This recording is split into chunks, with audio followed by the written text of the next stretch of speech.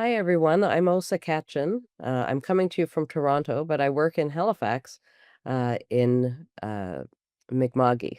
So delighted to speak to you all tonight. I'd like to talk about public libraries, and more broadly, public institutions and the role that we can play in creating belonging. Um, for me, everybody has a library story. My library story began many, many years ago. My family immigrated to Canada. Swedish was our home language. And it was at the library near where I grew up, the Saskatoon Public Library's main branch, with this magical Pooh Corner Children's Room where I explored an endless array of materials, felt the richness of a collection that felt like it went on and on and on. I made friends, I participated in programs, and many years later, I worked at Saskatoon Public Library as a young librarian.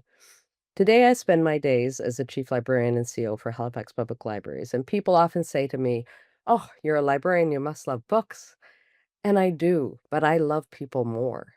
My work and that of my colleagues across the country is all about supporting the information needs and well being of individual community members and also creating collective or societal well being.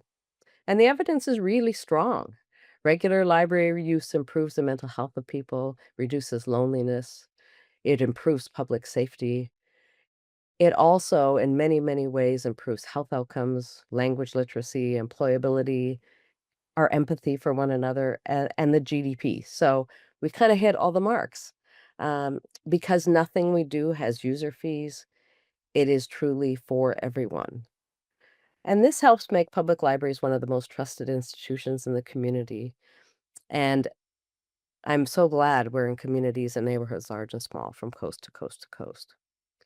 Now, the way public libraries, particularly over the past decade or so, have transformed ourselves is a remarkable Canadian success story. And I say this with great pride.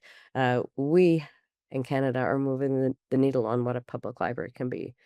My colleagues and I arrive at work daily thinking about how we can create the conditions for people of all ages, from 1 to 101, from across all socioeconomic backgrounds. Um, those who arrived in Canada alongside those whose families have been here for generations or always. And we want them to gather in the public realm and feel like they belong. In a nutshell, we're providing equitable access to the widest range of ideas and information. We're creating a place where everyone should feel at home, and as such, we are one of those foundations of democracy. So, an informed public learning, living alongside one another is makes for a wonderful place to be. Now, over the last few years, we've taken those concepts and we've applied them in some really interesting ways.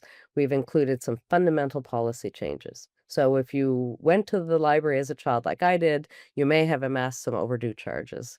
Over the past few years, we've actually identified the overdue charges placed an undue barrier for maybe some of those families and individuals who needed us the most. People who didn't have reliable transportation to bring their books back, people who maybe worked odd hours.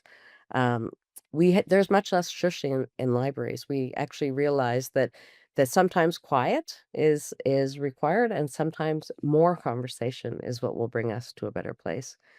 More libraries, modern libraries are built to invite people to bring food with them, and food is such a wonderful way to connect with community. So bringing coffee, bringing your lunch, they all invite people to spend longer time at their library, and sometimes it's the library that's providing the coffee and the snacks. Breaking bread builds community, and it's fascinating. In my observations as a librarian, I will watch and I notice when somebody holds a cup of coffee in their hand, they're more likely to talk to a stranger. It is almost like a security blanket. They're not alone, they've got a coffee, they feel a little bit braver. We leave our Wi-Fi on 24 hours a day with an eye to digital equity, so thinking about how we can support members of our community to stay connected to those they love around the world, even if they can't afford home internet. Our spaces and services have changed as well. And so when we think about how we spend our time, we've worked really hard to promote independence for those who want it. So if you're running in and you know what you want and you grab your book, we shouldn't stand in the way of that moving smoothly. That also means that it preserves our staff time for more transformative rather than transactional conversations.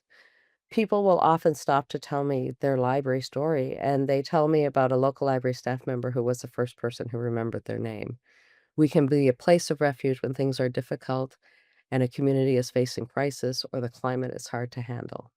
In a survey we did with our community a few years ago, we asked people when the library had had the biggest impact on their lives. While every story was unique, there was a thread that went through them, and that was at times of life transition. New parents talked about needing to find other new parents in the community who then became their friends for today and tomorrow. We heard from teens who felt out of sync and needed a soft place to land. Heard from people coming out of rehab who needed to change patterns on how they spent their day. It is a place where you can arrive alone but not feel alone, and you can stay all day if you like. You can watch the Olympics, you can belt out Taylor Swift hits with your community members. The built environment is also critical. If you take a look at new libraries, you'll note that they have many windows, transparent buildings that allow the glow of the people and activities to shine into the street as a beacon to draw people in. Comfortable seating, tucking your feet up. People tell us that they care, that they feel cared for in their public libraries. And of course, with that uh, built environment, we also think a lot about accessibility. And we speak about that in the most comprehensive terms, not wheelchair ramps, but not only that. Nuance requires much more thoughtfulness. So soft lighting in some areas, brighter lighting for people who have poor vision in other areas, noisy and quiet. We can build our spaces to think about how we can live together and alongside each other. I want to end with just another comment on my last comment, really around creating the conditions for more civil discourse. So belonging requires us also to feel free to speak up, and that ability to share our points of view, to be respected for those. Jan Gehl talks, the urban Danish urbanist talked a lot about accidental collisions. So creating those conditions for people to bump up against somebody in their community has had a different lived experience, who has a different point of view. This is the counterpoint to the algorithms that feed us the points of view we already hold and settle us into a more polarized state of being. So, even at our library, we've had workshops that encourage people to practice saying, "Tell me more," when confronted with a view that is varies from their own. So every day we remind ourselves we're in the people business and that all we have, all the books, all the space belong to the people, and the role of those who work in a library is to maximize the impact of that public investment for the public good. Thank you.